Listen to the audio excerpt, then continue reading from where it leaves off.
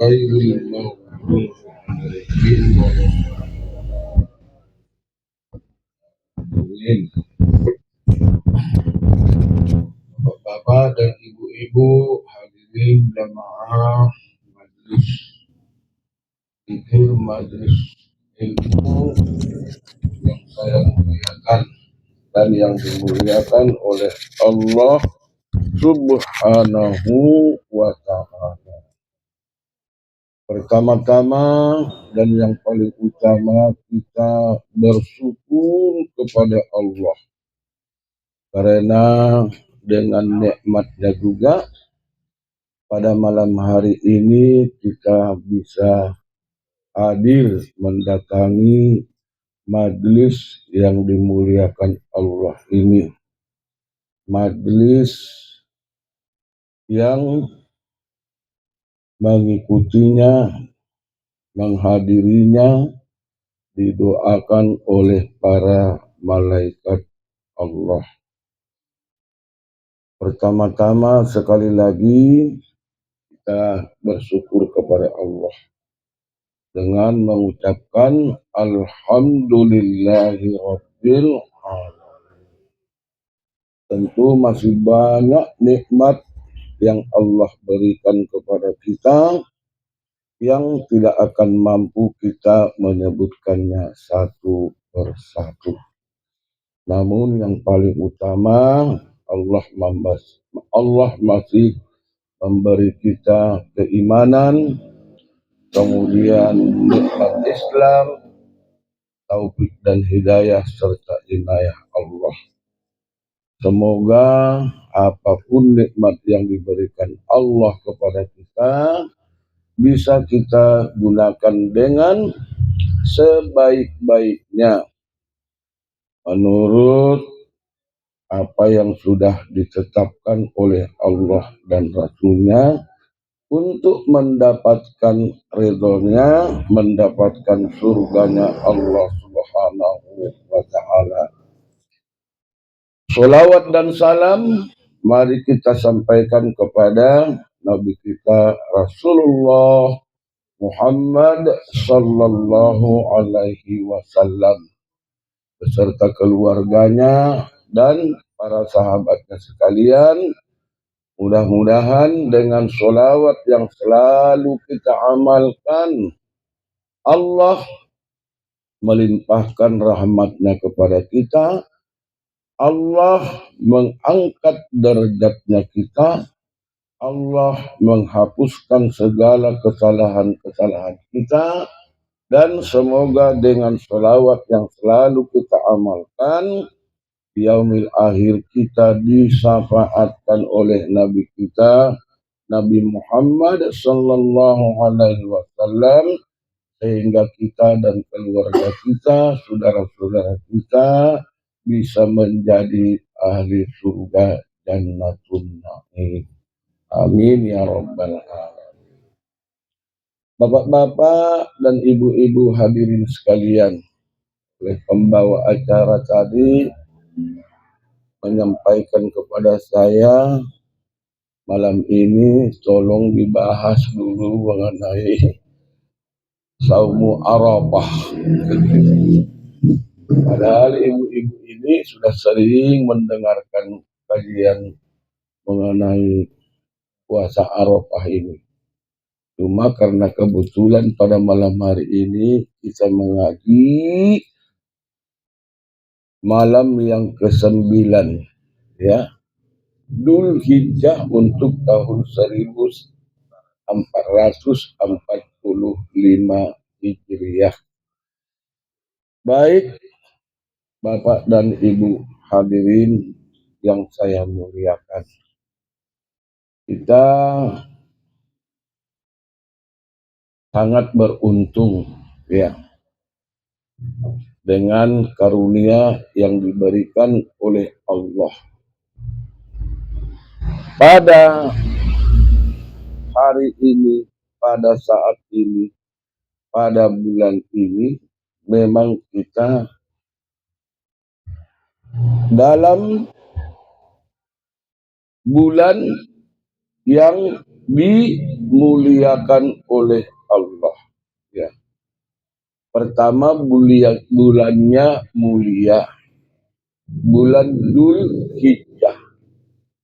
Bulan Dzulhijjah ini salah satu bulan yang bergelar Ashharul Hurum, bulan yang agung, bulan yang dimuliakan. Tadi sudah kita baca dan sering kita ulang ya, dalam surat At-Taubah ayat 36 Allah berfirman, Inna iddatas syuhuri indallah isna asara syahra fi kitabillah yauman, saya ulangi, yauma khalaqas samawati wal ardh. Sesungguhnya jumlah bulan di sisi Allah itu ada 12.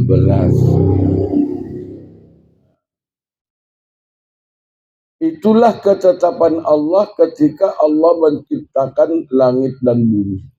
Minha arba'atun hurum, 4 bulan diantaranya bulan yang sangat diagungkan, sangat dimuliakan oleh Allah. Dzalika dinul qayyim, itulah ketetapan agama yang lurus. Jadi kita sudah memasuki bulan kedua Syahrul Hurum ini, bulan Dzulhijjah. Ya. Terkenal juga namanya bulan haji. Karena di bulan haji inilah, di bulan Dzulhijjah inilah rukun Islam yang kelima diamalkan oleh sebahagian kaum muslimin yang memiliki kemampuan. Ya. Ini yang pertama. Yang kedua, kita masih berada di 10 awal bulan Dzulhijjah, malam ke-9 ini. Ya. Kita sudah diberitahu oleh Nabi ya, bahwa 10 pertama bulan Dzulhijjah ini ibadah yang paling dicintai oleh Allah di dalam 10 hari awal bulan Dzulhijjah. Ya, sebagaimana hadisnya katanya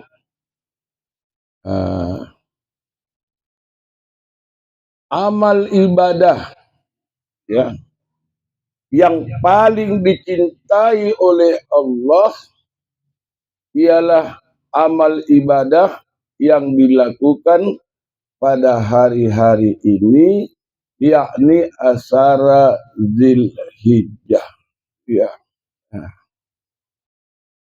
Sampai-sampai sahabat Rasulullah itu bertanya, qalu wala jihadun fi sabilillah, walau dengan jihad fi sabilillah.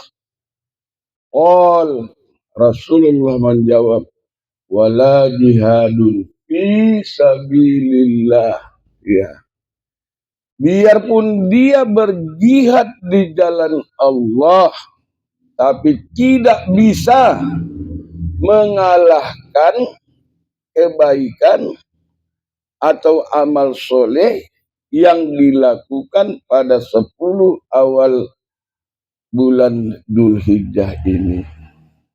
Illa, kata Nabi, kecuali, inilah yang paling hebat, yang bisa mengimbangi pahala kebaikan di 10 awal bulan Dzulhijjah ini, ya, rajulun kharaja binafsihi wa malihi falam yarji. Ya. Ada seorang laki-laki, dia keluar dari rumahnya, berangkat berjihad di jalan Allah dengan dirinya dan dengan hartanya, dia tidak kembali ke kampung halamannya kecuali tinggal membawa nama, barulah bisa mengimbangi pahala ibadah yang dilakukan pada 10 awal bulan Dzulhijjah ini. menurut Nabi kita ini, yang kita lakukan pada malam hari ini sudah termasuk pahalanya di atas pahala jihad fi sabilillah. Ya, tinggal 2 malam lagi nih. Tinggal ini hari sama besok. Ya, karena 10 hari. Ya. Nah, bapak-bapak, ibu-ibu hadirin jamaah sekalian. Nah, malam ini kita sudah masuk tanggal 9 Dzulhijjah. Yang dianjurkan sama Nabi, ya, amalan di 10 awal bulan Dzulhijjah ini, pertama puasa. Ya. Kalau ada yang sanggup puasa 9 hari, bagus. Awak boleh lah ini nih, Pak Ustadz. Hah? Alhamdulillah. Gak bisa 2 hari, gak bisa 3, gak bisa 4, gak bisa 5, gak bisa 6, gak bisa 7, gak bisa 8. Ini yang terkenal ini, yang ke-8 ini puasa tarwiyah. Faedahnya katanya puasa tarwiyah menghapuskan dosa 1 tahun. Ya, nggak bisa juga pala puasa Arafah. Karena besok lah ini. Berniatlah kita mulai sekarang, ya. Besok puasa Arafah sunat karena Allah, tidak wajib. Ya. Kenapa Nabi memerintahkan kayak gitu? Ya. Saumu Arafah. Faedahnya apa?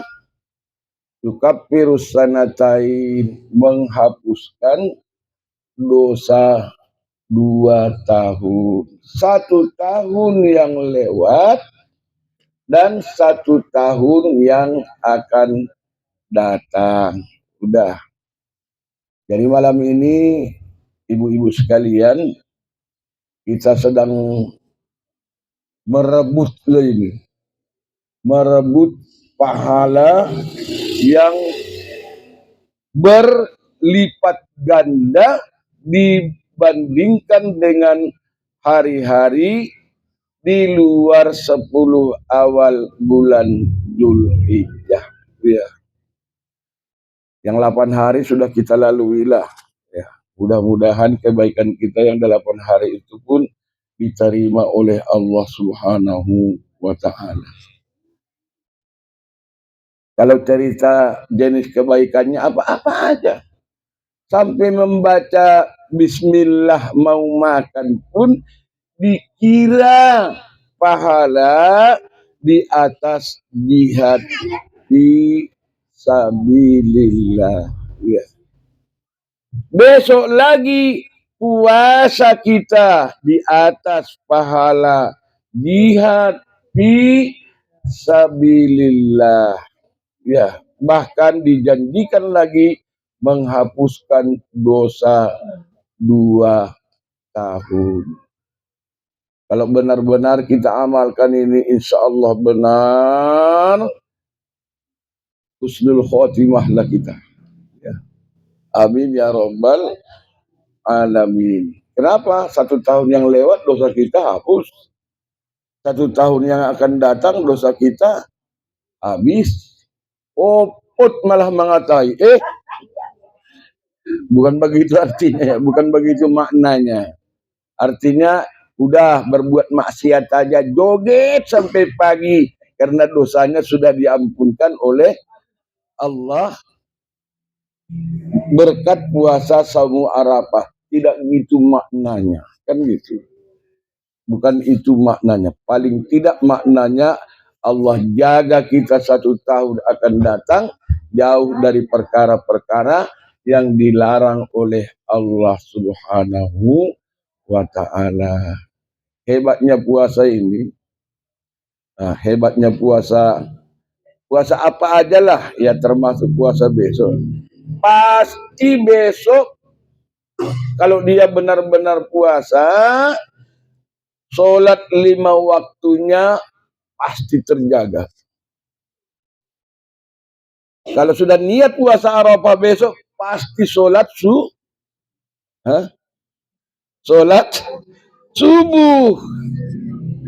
Masa puasa nggak sembayang? Sholat. Zuhur pun nanti, insya Allah dia sholat. Asar apalagi, maghrib, isya. Ya, ini hikmah daripada ibadah puasa. Kemudian apalagi 7 anggota tubuh kita ini pasti terpelihara dari dosa. Apa dia? Mulut. Pasti besok singgung mengatayu. Dijaga puasa itu kita. Apalagi telinga, tidak mau mendengarkan hal yang tidak bagus.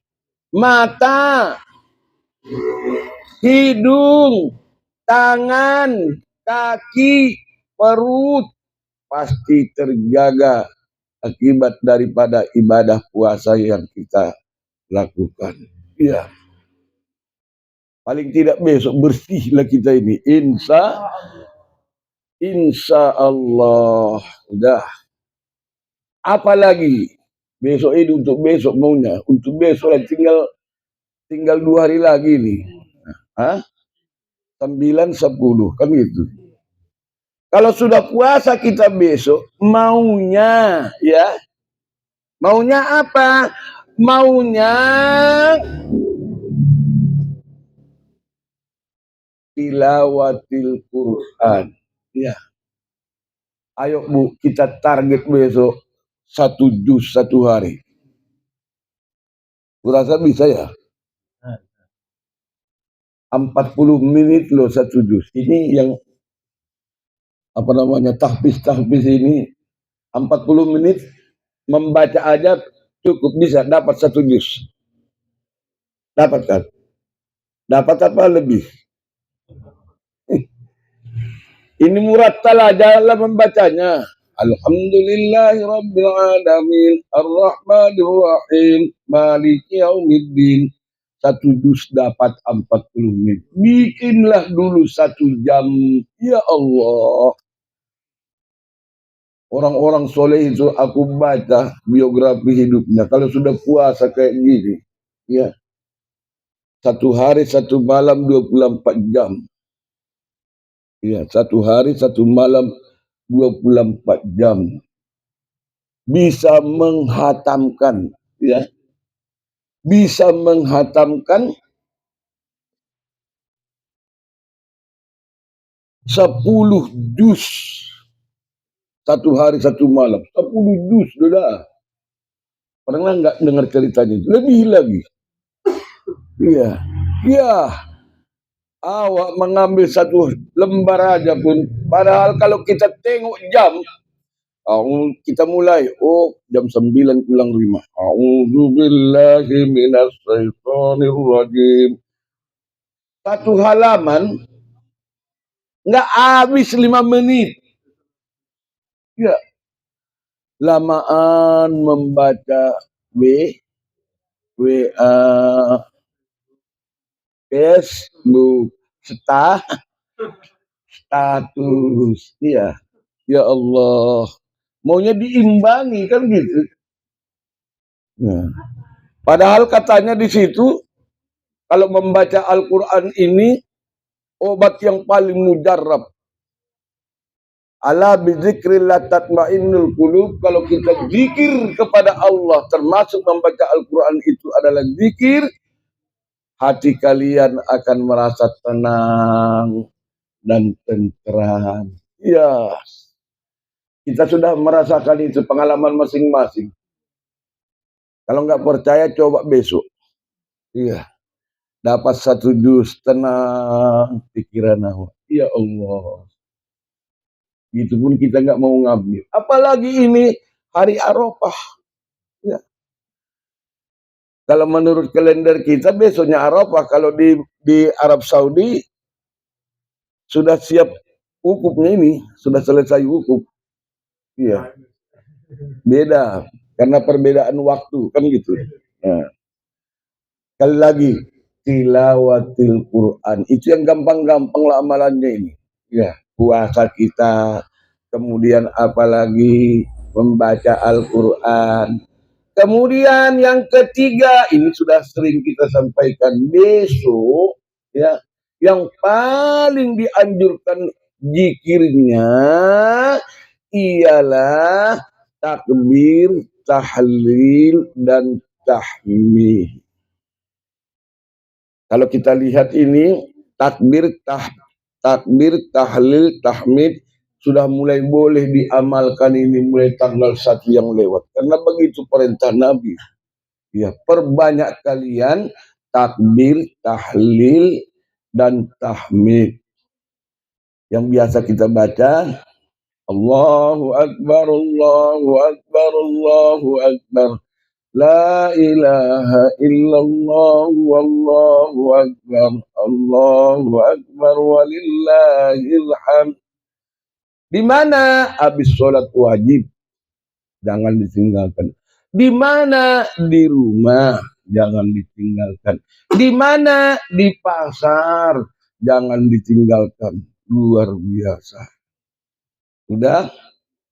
Kemudian apalagi di malam 9 Arafah ini dianjurkan sari'u ila maghfirah. Ya. Bersegera kalian mendapatkan ampunan dari Allah. Ya. Bagaimana caranya?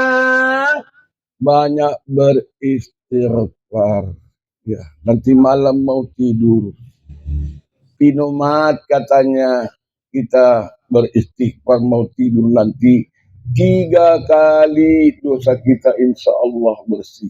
Kedua kali dasar. Apa istighfarnya? Biasa aja. Astaghfirullahaladzim. Alladzi la ilaha illa huwal hayyul qayyum wa atubu ilaih. Oh, kalau bisa 100 kali. Sanggup es? Hah? Sampai-sampai terpodong diri. Naik dulu Nabi. Iya. Astaghfirullahaladzim. Alladzi la ilaha illa huwal hayyul qayyum wa atubu ilaih. Terus.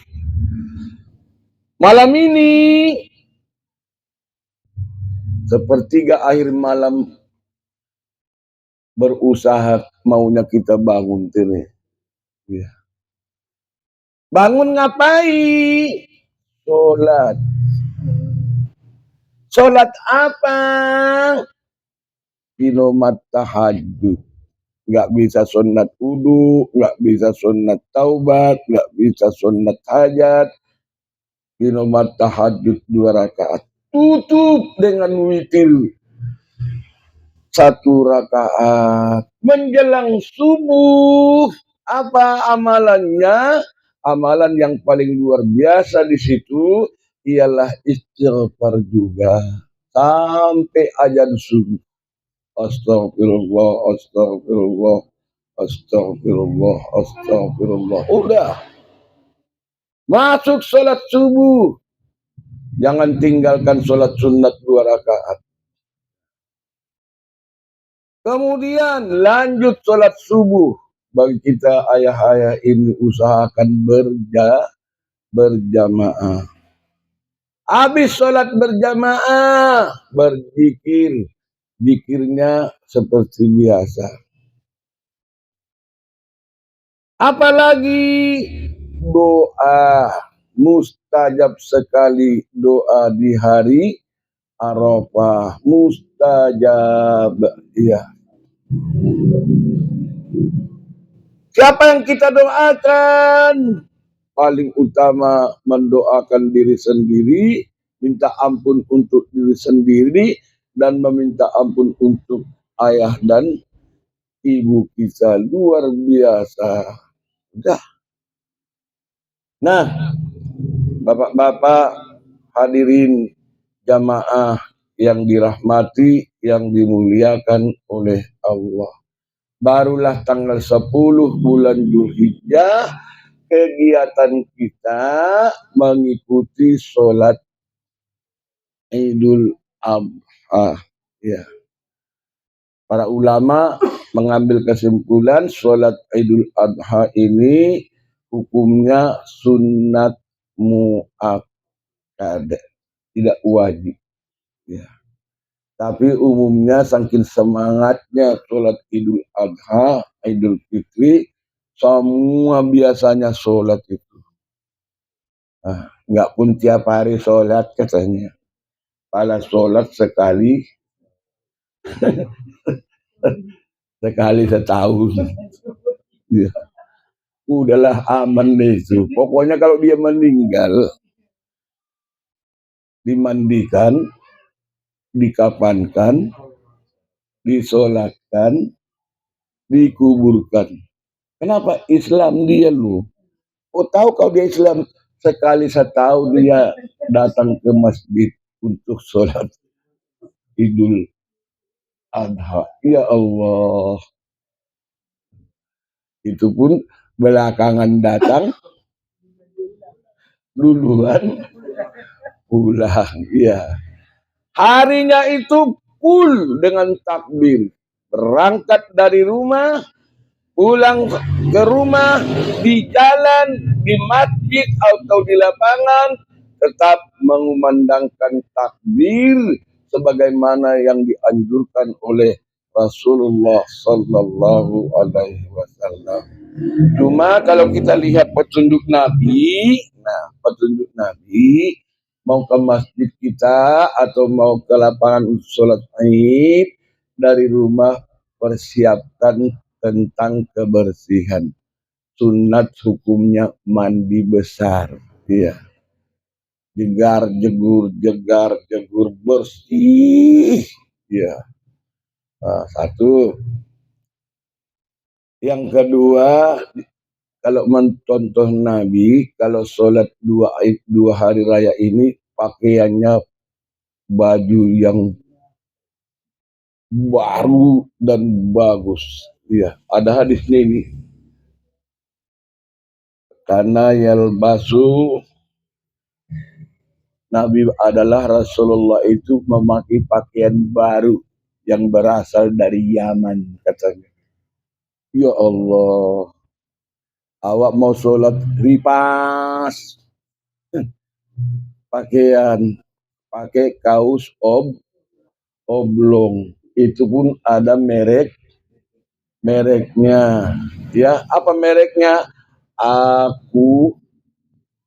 Aqua Pet So dan namanya baju hadi. Allahu Akbar. Yang di belakang pun, padahal Aqua ini nggak boleh lagi lo dibeli, karena Aqua ini duitnya dikirim ke memang kawan ini nggak beresin otaknya dong. Makanya yang polos saja, yang polos ya.